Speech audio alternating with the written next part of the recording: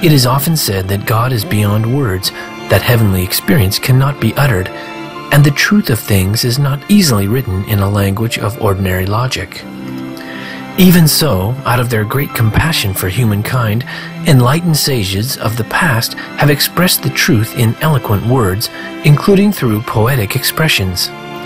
Left with us today, for example, are the elevating songs of Milarepa and Guru Nanak, and the carefully worded teachings of Lao Tzu, Kabir, and Rumi.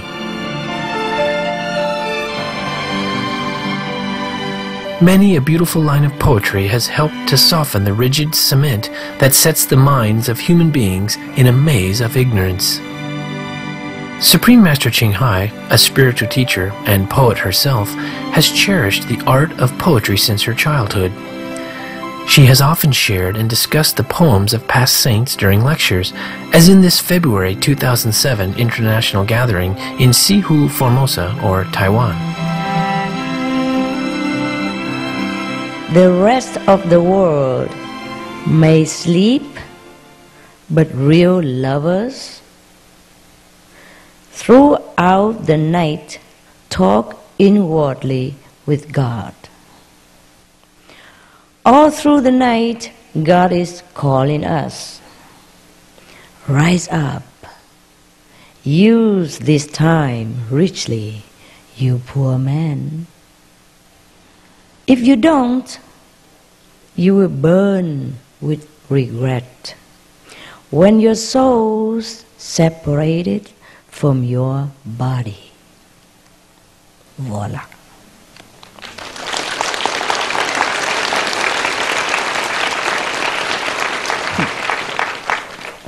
And he's not making a vain poetry. He's not writing it just so that we praise him, say, "Ah, what a good poem you have written." He was not writing this just to satisfy his poetic tendency, or even to share it with a couple of poetic friends who will admire the mastery of the chosen words. No, no, no. He has written this because he cannot not write. Because this is his experience, his inward experience. Supreme Master Ching Hai went on to explain the reasons that so many spiritual masters used poetry to reach humankind. Because poetry appeals to the heart, also to the intellect, also to the emotion of man. Therefore, many of the masters in the old time, they favor poetry as a teaching. He used a lot of poetry to send it to his disciples, yeah. Or maybe that is also the the mode of that time, yeah, fashion. Yeah, all the masters write poetry, yeah. Or maybe also many of the masters, they are very artistic themselves. Or maybe after they get enlightened, or their dormant talent sprung up to life, and they know how to write poetry, they paint picture, dance and sing and all kind. Okay? So this is one of the talent that has been awakened in some master after they get high enlightenment. And it's easy to remember, easier to remember a poem than a whole big lecture. So poetry is a very good instrument to teach people and make them remember very well. Over the course of countless lifetimes, humans have collected so much information that then remains as mere habitual thinking. To some degree, the Master's poetry helps to uplift us out of these self-induced webs of illusion. The Tibetan yogi and teacher Milarepa often spontaneously sang in verse, employing metaphors of nature that could be grasped by the Tibetan Buddhists he taught.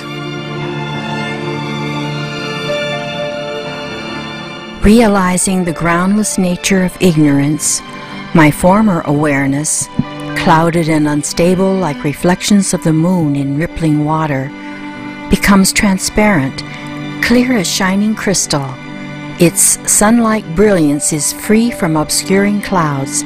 Its light transcends all forms of blindness. Ignorance and confusion thus vanish without trace. This is the truth I have experienced within.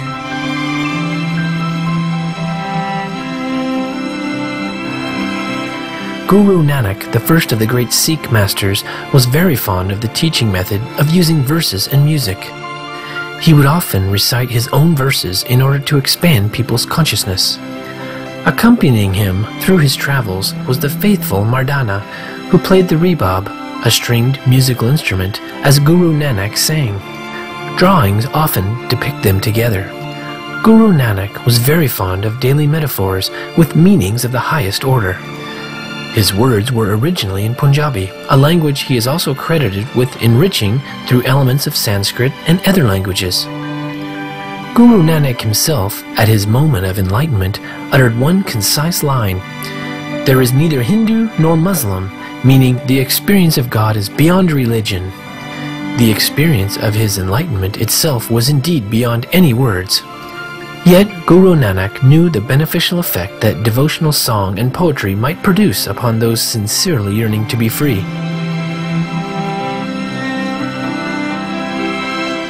Discipline is the workshop, patience the goldsmith, the anvil one's thinking, wisdom the hammer, fear the bellows, austerities the fire, and feeling the vessel where the deathless liquid is poured.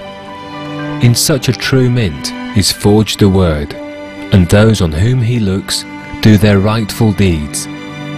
Nanak says, "The one who sees, sees. He observes." It was Siddhartha Gautama, or Shakyamuni Buddha, who once said that there are perhaps 84,000 methods a spiritual master might employ to enlighten people. This is according to how many different ways a person's mind may need to be unraveled and how many karmic bonds must be severed. Naturally, Lord Buddha concentrated his teachings in poetic words. Thus, the ground was made fertile for planting the true seed of enlightenment. Those who are slaves to passions run down with the stream of desires as a spider runs down the web which he has made himself.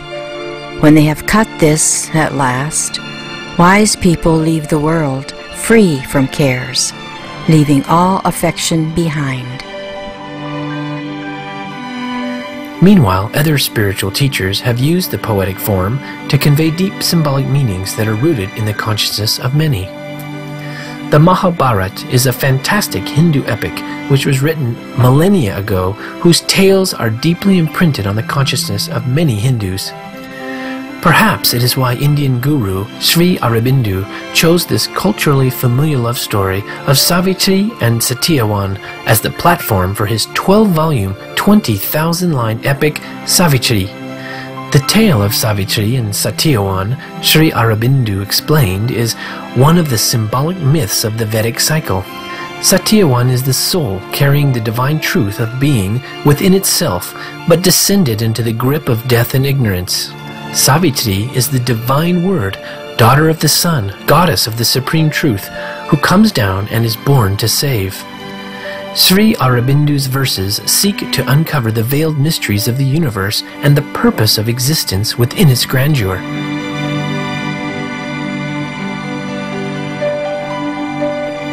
Although he knew, still refusing to know, although he was still refusing to see, unshakable, he stood claiming his right.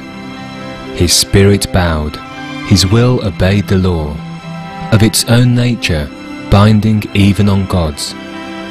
The two opposed each other face to face. His being like a huge fort of darkness towered. Around it her light grew, an ocean siege. In what appears to be the climax of the poem, Satyavan, who fights to remain attached to the negativity of his ego, eventually can only surrender to Savitri's overwhelming universal light. Rumi's legacy is one not only as a great spiritual sage, but also the producer of some truly treasured poems. The epic proportions of his universal wisdom are successfully conveyed into a language familiar, yet with a scope of much greater magnitude. The Deliverer allows us to see a glimmer of what heavenly place he has been. Separation from companions is unwise. Treading the path without light is unwise. If the throne and scepter have been your prize, descent from prince to pauper is unwise. For, beloved, the you in you is disguise. To focus on the you in you is unwise. If once to heavenly abundance you rise, desperation and impotence is unwise. Hear the thief's greedy and fearful cries. Fraudulent deception, too, is unwise. Able body, chains and shackles and ties. Idleness of such a body is unwise. Your foothold gone, your soul freely flies. Wingless and featherless flight is unwise. Given wings, reach only for godly skies. Flying away from God's will is unwise. To you, Phoenix demise is mere lies. Phoenix running from fire is unwise.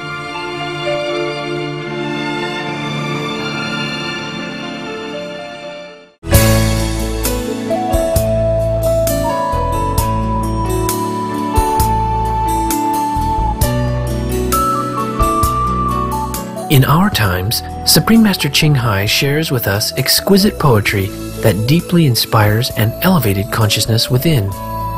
Her verses from earlier years encompass the wide range of human life experiences, traversing memories of past lifetimes and evoking longing for God's solace and illumination. Other poems express the heart of one who has finally found reunion with the divine. Still others lovingly give voices and sympathy to the beings, like the animals, the trees, the earth, in their plights of despair and silent suffering. People from diverse cultures, including artists, musicians, poets, and writers, have extolled and celebrated Supreme Master Ching Hai's poetry for their generous depth in meaning and richness in style. Moved by Supreme Master Ching Hai's pure and heartfelt love in her lyrical expressions, many distinguished composers have set her verses to music, including American award-winning composers David Benoit, Bill Conti, Fred Karlin, Al Kasha, and Bob Kulick, and legendary Alice or Vietnamese composers such as Pham Yui.